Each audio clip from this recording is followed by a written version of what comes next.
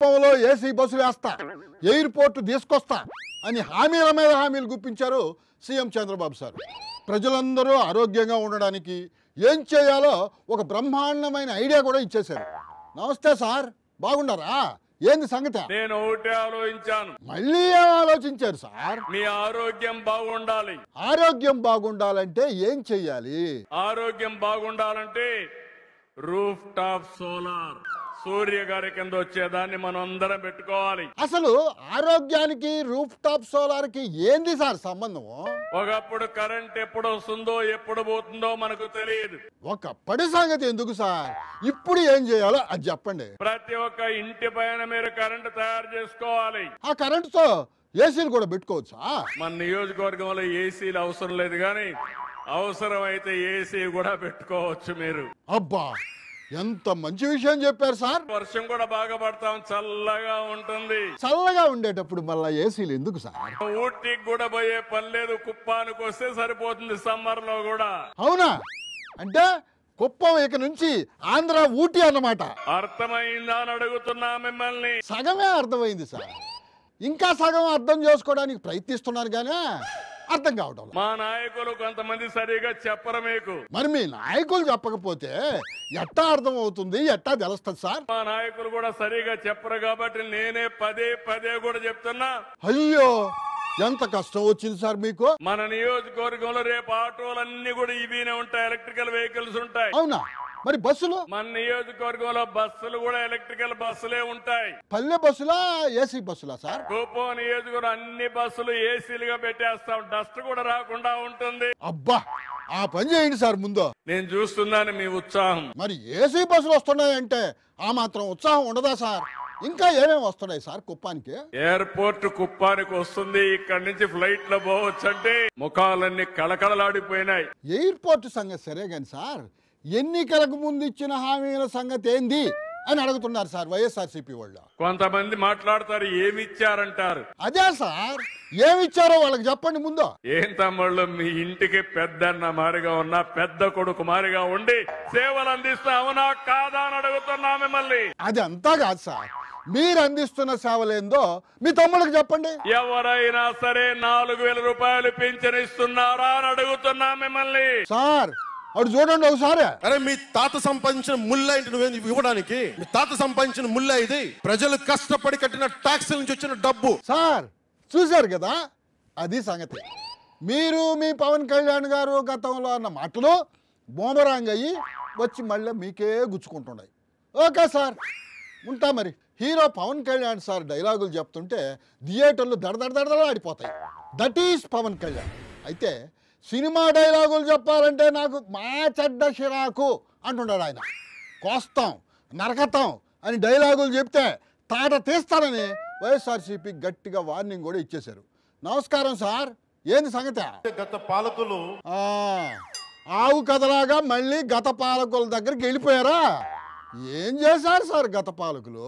వస్తే మేము అంతా చూస్తామంటే మీరు రావాలి కదా. మళ్ళీ వస్తాము అంటున్నారు కదా వాళ్ళు. ఎలా వస్తారో మేము చూస్తాం. వచ్చారే అనుకోండి, అప్పుడు ఏంది సార్ పరిస్థితి? రప్ప రప్పనేగా. నాకు తెలిసిన సినిమాల నుంచి వచ్చిన సినిమాలో డైలాగులు చెప్పండి నేను. అది ఏంది సార్, మీరు మీటింగులో చెప్పేవన్నీ డైలాగులే కదా.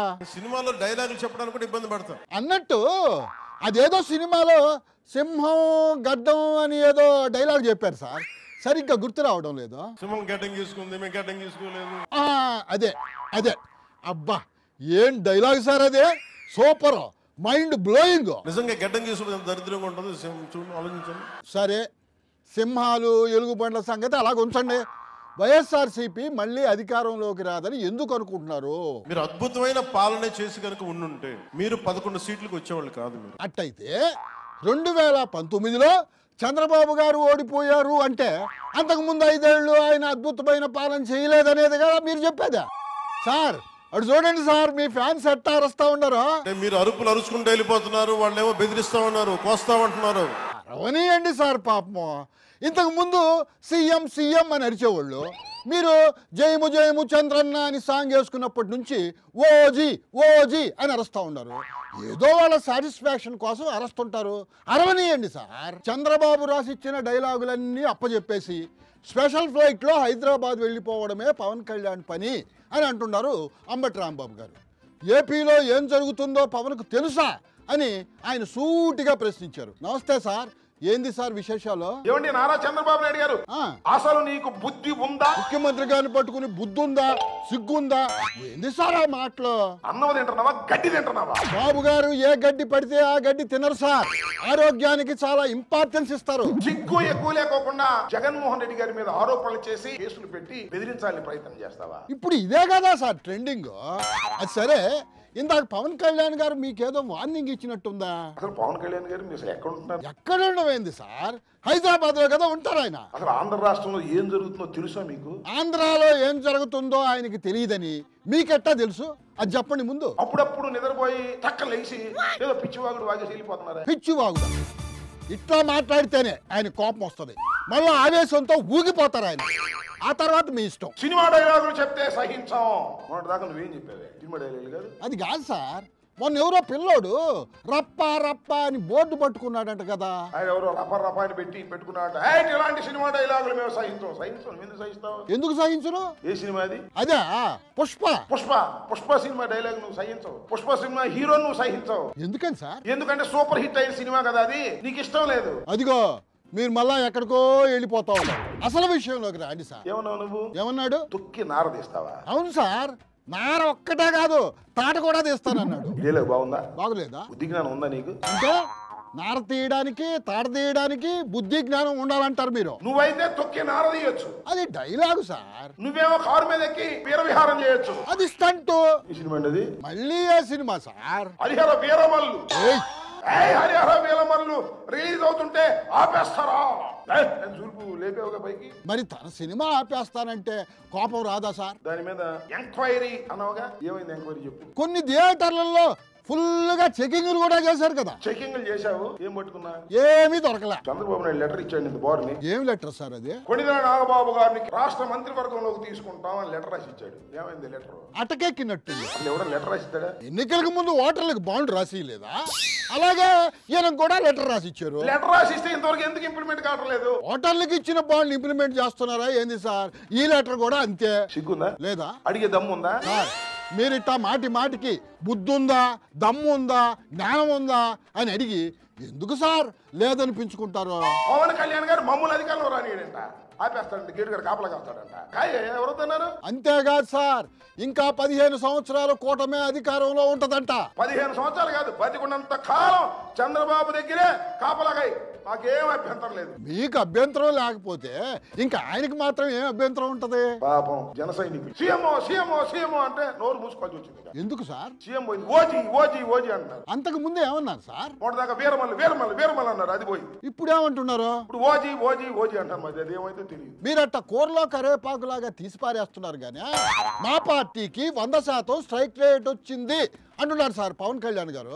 విన్నారా మీరా? మా ఊర్లో ఒకడు ఉండేవాళ్ళే, ఎంత ఉందిరా పొలం అంటే 350 ఎకరం అండి అనేవాడు. ఏంది ఒక్కడి పేరు మీద 350 ఎకరాల? నీకే లేదు, నాకును చల్లపల్లి జమీందారు గారికి కలిపి. అంటే ఇద్దరికి కలిపి చెరి సగం అయి ఉంటది.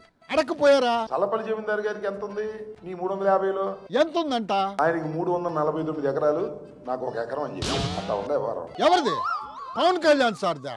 అంటే కూటమి గెలుపులో ఈయన పాత్ర ఏమీ లేదంటారా మీరా? నీకు ఎకరమేగా ఉంది, ఎకరం కూడా ఉందో లేదో. మరి 100% స్ట్రైక్ రేటు అంటున్నాడు కదా. చల్లపల్లి జమీందారుతో కలిసావు నువ్వు? నాకు తెలుసు సార్, చల్లపల్లి జమీందారు అంటే చంద్రబాబే కదా. పోనీ ఆయనకి ఎంత ఉంది సార్? వాళ్ళకి ఎంత ఉందో వాళ్ళకి తెలియదు. సర్లేండి సార్, ఆ లెక్కలేవో వాళ్ళు చూసుకుంటారు కానీ ఇప్పటికే చాలా విషయాలు చెప్పారు. మళ్ళా కలుద్దాం. అంతా ఇద్దరే చేశారు అంటున్నారు వైఎస్ఆర్సీపీ మాజీ ఎమ్మెల్యే రాచమల్లు గారు. ఆయన వచ్చేటప్పుడు పేపర్లు కూడా పట్టుకొచ్చారు. నమస్తే సార్, ఏంది సార్ ఆ పేపర్లో? బాండ్లు రాపించినారు ఈ మొగోళ్ళు ఇద్దరు. ఎవరు సార్ ఆ మొగోళ్ళు? చూసుకోండి బాగా. ఎవరు సార్ వాళ్ళు? సరిగా కనిపించడంలా మాకు. చంద్రబాబు నాయుడు ఒక వంక, మరో పక్క ఆయన. ఆయన అంటే ఎవరు? ఏమంటారు? ఆయన సూపర్ స్టారా, పవర్ స్టారా? ఆయన power star sir, Pawan Kalyan power star. ఇట్లా ఏళ్ళు పెట్టింటాడు కదా, పవర్ స్టార్ ఆయన. అట్ట కాదు రుద్దుకునేది, ఇదిగో ఇట్లా రుద్దుకోవాలా. ఇద్దరు చెరో పక్క ఉన్నారు. ఇంతే ఉన్నారులేండి. ఏం చేశారు సార్ వాళ్ళు? అంతా కలిపితే నీకు సంవత్సరానికి 1,40,000. 5 సంవత్సరాలు కలిపితే 7 లక్షలు. 7 లక్షలకు బాండ్ ఇచ్చానా? అలా అని ఆ బాండ్లో రాసుందా? ఎక్కడుందో చూపించండి. కింద రాసినారు, బాగా చదువుకోవాలా తెలుగుదేశం వాళ్ళు. ఎప్పుడు ఇస్తామన్నారు సార్? 2024 జూన్ నుంచి నీ అకౌంట్ జమ కాబడుతుంది లెక్క అని బాండ్లు ఇచ్చినారు. అయ్యకు లేక అడక్క తింటుంటే కొడుకు వచ్చి చికెన్ బిర్యానీ కావాలి అని అడిగాడంట. ఒకవైపు ఖజానా ఖాళీగా ఉందని బాబు గారిని ఎత్తినోరు బాదుకుంటుంటే మీ బాండ్ల గోలేంది సార్ మధ్యలో? ఈ బాండ్లు ఇచ్చిన మగోళ్ళ మీద ఓటుకు పోవచ్చునా? మీరెక్కడికైనా పోండి, వాళ్ళకి ఏం కాదు. దీనికి సమాధానం చెప్తారా? ఎవరు చెబుతారు సార్ మీకు సమాధానం? పవన్ కళ్యాణ్, చంద్రబాబు నాయుడు సమాధానం చెప్పాలా? వాళ్ళు చెప్పరు సార్, వాళ్ళకంత టైం లేదు. రాష్ట్రాన్ని అభివృద్ధి చేసే పనిలో బిజీగా ఉన్నారు వాళ్ళిద్దరు. అభివృద్ధి ఏందయ్యా మీరు చేసిన అభివృద్ధి? అన్ని రకాలుగా అభివృద్ధి చేస్తున్నారంట సార్, మీకు కనిపించడం లేదా ఏందా? సంక్రాంతి కల్లా పల్లెకు సూపర్ రోడ్లు వచ్చాయన్నారు. మరి సంక్రాంతికి రోడ్డు రాలేదా? సంక్రాంతికి అల్లుడు వచ్చినాడు గానీ మీ రోడ్డు రాలే. సంక్రాంతి పోతే ఏంది సార్, మళ్ళా దసరా ఉంది కదా. ఏమైంది ఆడబిడ్డనిది? తెలుగుదేశం పార్టీ నాయకులారా, ఇవ్వడానికి ఏమీ లేదు అక్కడ. ఆడబిడ్డల నిధి కోసము యా నిధితో వాళ్ళను ఆ నిధి దొరకగానే ఇచ్చేస్తాం సార్. యా మెక్నాస్ గోల్డ్ కోసం గుర్రాలలో పోయినట్టు పోవాలనో ఈ నిధుల కోసం. ఏమో మీరు వాళ్ళకి లేనిపోయిన ఐడియాలు ఇవ్వబాకండి సార్. గుర్రపు స్వారీ అని కొత్త పథకం కూడా పెట్టేస్తాడు బాబు గారు. ఎందుకు వచ్చిన గొడవ చెప్పండి? ఏ మాటగా మాట చెప్పుకోవాలి అంటే చంద్రబాబు నాయుడు గ్రేట్ అబ్బా అంటున్నారు బైరెడ్డి సిద్ధార్థ రెడ్డి అని. రికార్డులు సృష్టించాలన్నా బాబే, రికార్డులు బద్దలు కొట్టాలన్నా బాబే అని కితాబు కూడా ఇచ్చేశారు ఆయన. నమస్తే అన్న, ఏందన్నా బాబు గారిని తెగ పొగిడేస్తా ఉండరా? చంద్రబాబు నాయుడు గారు ఎంత టాలెంటెడ్ రా అంటే నిన్న యోగా కార్యక్రమం పెట్టినా. అవును, అది గిన్నీస్ బుక్ లో కూడా ఎక్కిందంట కదా. ఎవడైనా కూడా ఆరోగ్యం కోసం యోగా పెడతాడు. మరి బాబు గారు దేనికి పెట్టారు యోగా? ఈయన రికార్డుల కోసం యోగా పెట్టినాడు. అదే మరి బాబు గారు ఏదన్నా ప్రోగ్రాం పెడితే రికార్డులు బద్దలవ్వాల్సిందే.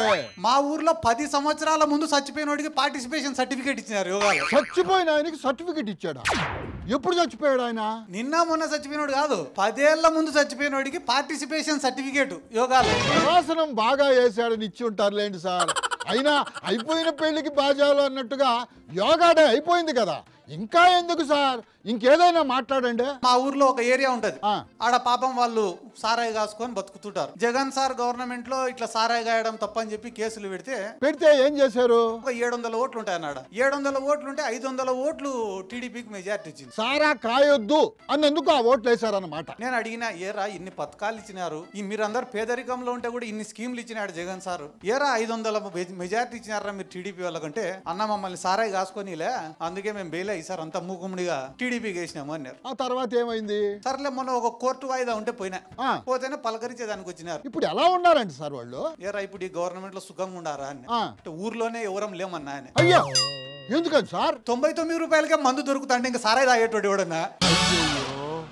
ఎంత గౌరవం సార్, ఉన్నది పోయింది, ఊరు పోయింది. టిఆర్ఎస్ పార్టీ పచ్చి అబద్ధాలు చెబుతోంది అంటున్నారు సీఎం రేవంత్ రెడ్డి గారు.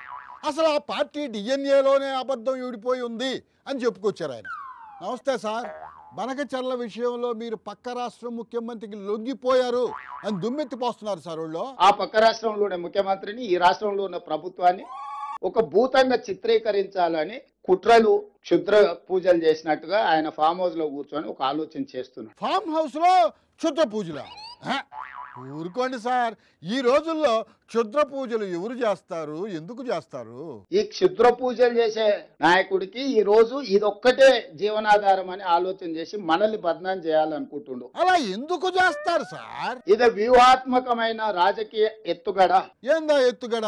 అంతరించిపోతున్న బీఆర్ఎస్ ను పునరుజ్జీవింపజేసుకోవడానికి చేస్తున్న ఒక ప్రయత్నము. వచ్చేది వాళ్ళ ప్రభుత్వమే అంటున్నారు సార్ వాళ్ళు. దింపుడు గల్లం ఆశ అంటారు కదా, ఈ రోజు దింపుడు గల్లం ఆశతోటి నదీ జలాలను అడ్డం పెట్టుకొని మన మీద బురద జల్లి రాజకీయ లబ్ధి పొందాలనుకుంటున్నారు. వాళ్ళు ఏవేవో లెక్కలు ఉత్తరాలు చూపిస్తున్నారు కదా. నిజం గడప దాటే లోపలనే అబద్ధం ఊరంతా తిరిగి వస్తుంది అంటారు కదా, దాన్ని చంద్రశేఖరరావు వాళ్ళ అల్లుడు హరీష్ రావు గారు బాగా నమ్ముతారు. ఎందుకని? ఎందుకంటే వాళ్ళ లైఫ్ సక్సెస్ మొత్తం అబద్ధాల మీదనే ఉంది. అబద్ధాలకి అంత పవర్ ఉందా సార్? ఫ్యామిలీ ప్యాకేజ్ కింద అబద్ధాలు చెప్పి బ్రతకడం బాగా నేర్చుకున్నారు. వాళ్ళ ట్రైనింగే అట్లుంది, సిలబసే అట్లుంది, ఓన్లీ అబద్ధాలే చెప్పాలి మనం అని. అంటే వాళ్ళు చెప్పేన్ని అబద్ధాలేనా, నిజాలు కాదా? నిజం చెప్పితే వాళ్ళు చచ్చిపోతారని వాళ్ళకి ఏదో శాపం ఉన్నట్టుంది, అన్ని అబద్ధాలు. అయినా నాకు తెలియక అడుగుతానా, రోజు బీఆర్ఎస్ తో ఏంది సార్ ఈ పంచాయతీ? ఈ రోజు చంద్రశేఖరరావుతోని పంచాయతీ పెట్టుకునే దానికంటే మన హక్కులను ఎట్లా సాధించుకోవాలని ఆలోచన చేయడం కీలకం. అది ఆ పని చేయండి ముందు. బీఆర్ఎస్ సచ్చిన పాము. ఏందో మీరు ఒకటంటే వాళ్ళు 2 అంటారు, వాళ్ళు 2 అంటే మీరు 3 అంటారు. ఎవ్వరూ తగ్గట్లేదు కదా. హరీష్ రావు గారు నమస్కారం సార్. రేవంత్ రెడ్డి గారు ఏమన్నారో విన్నారు కదా. మీరు నోరు తెరిస్తే అన్ని అబద్ధాలేనంట. అబద్ధాలు చెప్పడంలో మీరు ట్రైనింగ్ తీసుకున్నారంట. మీరేమంటారు? మన రాష్ట్ర ముఖ్యమంత్రి అన్ని అబద్ధాలే మాట్లాడతాడు. ఆయన చెప్పేవి కూడా అబద్ధాలేనా? కుక్కతోక వంకర అన్నట్టు ప్రతిపక్షంలో అబద్ధాలే. ఇప్పుడు ముఖ్యమంత్రి కదా, ముఖ్యమంత్రిగా ఉంటూ కూడా అన్ని అబద్ధాలే మాట్లాడుతూ వస్తున్నారు. టిఆర్ఎస్ చచ్చిన పాము అన్నారు సార్ సీఎం గారు. మరి సచిన పామే అయితే ఎందుకు కలలు కూడా బీఆర్ఎస్ పార్టీని కలవరిస్తున్నావు? ఏమో సార్, ఆయన భయం అయింది. ఈ చచ్చిన పాము లాంటి చౌకబారు ముచ్చట్లు మాకు చెప్పకు. మరి ఎవరికి చెప్పమంటారు? నీ రాహుల్ గాంధీకి చెప్పుకునేది ఉంటే. ఆయన ఎందుకు వింటారు సార్? రాహుల్ గాంధీకి ఇంకా వేరే పని లేదా ఏందా? ఇవాళ ఏదో సామెత ఉంటే చూడు, భయం లేని కోడట బజార్లో గుడ్డు పెట్టిందట. మీరు కూడా సామెత వదిలేరా? ఎందుకు చెప్పారు సార్ ఇప్పుడు ఆ సామెత? నీ తీరు కూడా గట్లే ఉంది. ఎవరిది? సీఎం దా? ఏం చేశాడు ఆయన?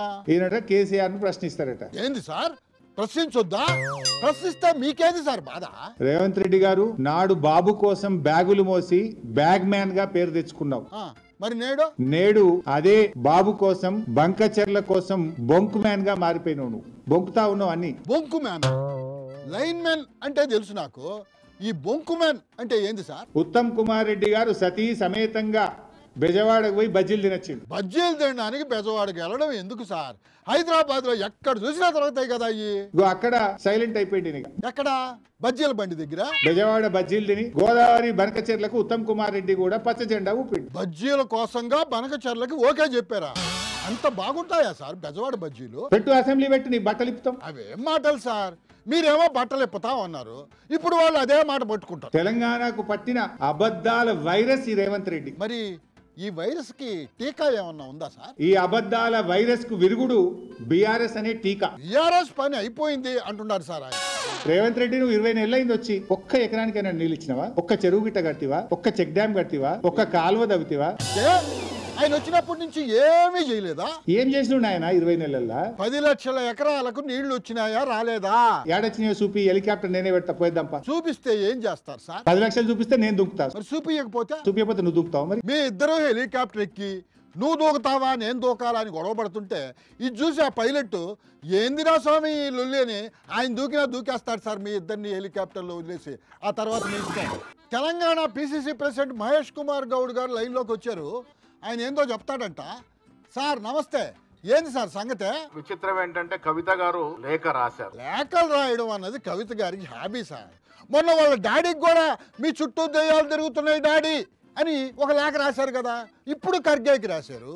ఏమి రాస్తే? టిఆర్ఎస్ నాయకురాలుగా రాశారా, జాగృతి నాయకురాలుగా రాశారా? ఏ హోదాలో రాశారని కాదు సార్, ఏమి రాశారో దాని గురించి చెప్పండి మాకు. కవిత గారు బీసీల గురించి ఖర్గే గారికి లెటర్ రాయడం అంటే నవ్వి పోదురుగాక నాకేమి సిగ్గు అన్న చందనంగా ఉంది. ఇంకోడానికి ఏముంది సార్ అందులో?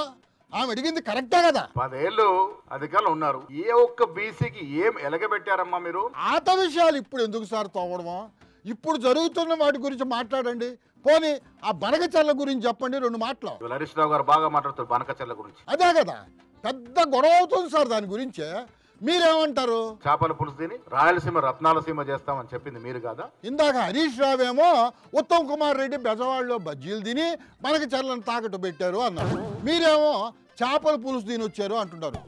ఏంది సార్ ఈ బజ్జీలు చేపల పులుసుల పంచాయితీ? 10 ఏళ్ళు కిషన్ రెడ్డి కేసీఆర్ కలిసి రాష్ట్రంలో రాజకీయాలు నడిపినారు. కేసీఆర్ కిషన్ రెడ్డి కలిసి రాజకీయాలు నడపడం ఏంది సార్? వాళ్ళిద్దరూ వేరు పార్టీలు కదా. జగమెరిన సత్యము కేసీఆర్ కి కిషన్ రెడ్డికి ఫెవికాల్ బంధం ఉందనేది. అవునా? అది ఫెవికాల్ బంధమా? సార్ మీరు అట్లా ఉండండి. మీ పార్టీ ఎంపీ చామల గారు ఏదో అంటున్నారు. నమస్తే సార్, ఏంది సార్ ఈ బనకచెర్ల లొల్లే? బంకచెర్ల బంకం తీసుకొచ్చి మాకు రాసి సెంటిమెంట్ లేపే ప్రయత్నం చేస్తుండు. హరీష్ రావు గారు ఏమన్నారో విన్నారు కదా. ఆయన వచ్చి మా బట్టలు ఇప్పుతా అంటుండు. మరి మీరేం చేద్దాం అనుకుంటున్నారు ఇప్పుడు? నీకు అంత ఉత్సాహంగా మా బట్టలు మేమే మీ పార్టీ ఆఫీస్ కి మా కార్యకర్తలు అందరం వచ్చి బట్టలు నీ బామ్మర్ది అని తెలియజేస్తున్నాం.